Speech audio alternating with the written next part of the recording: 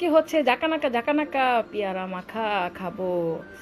তো আমরা হচ্ছে পেয়ারা নিয়ে নিচ্ছি। সো গাইস, আসসালামু আলাইকুম, সবাই কেমন আছেন? আমরা হচ্ছে আজকে পেয়ারা রেডি করতেছি। তো এখানে 3টে পেয়ারা নিয়েছি। পেয়ারাগুলো অনেক টেস্ট হয়েছে। আল্লাহ, আমি তো খেয়ে অনেক ঝাল লেগেছে ভাই। এত ঝাল, এত ঝাল বলার বাইরে। তো সবগুলা পেয়ারা কাইটা নিতেছি। তো পেয়ারাগুলা কাটাকুটা শুরু করলাম। এদিক দা সবাই বলতেছে যে পেয়ারাগুলো অনেক বড় হয়ে গেছে, সাইজগুলা এত বড় সাইজের পেয়ারা কিভাবে খাবে। তো আমি ভাবলাম যে বড় বড় করে নিলেই ভালো হয়, কারণ সবাই 2-1 পিস করে খাবে, তাও ভালো, কিন্তু একটু টেস্ট হওয়ার দরকার। তো সবগুলা বড় বড় করেই কেটে নিচ্ছি আমি।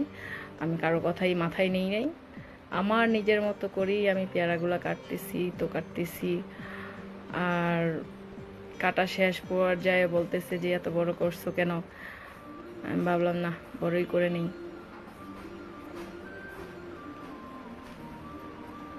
সবগুলা পেয়ারা একসাথে করে এখানে আমরা কাটা শেষের দিকে প্রায়। তো নিয়ে নিলাম মরিচের গুঁড়া, সাথে 2-3টা শুকনো মরিচ নিলাম, লবণ আর তেঁতুল।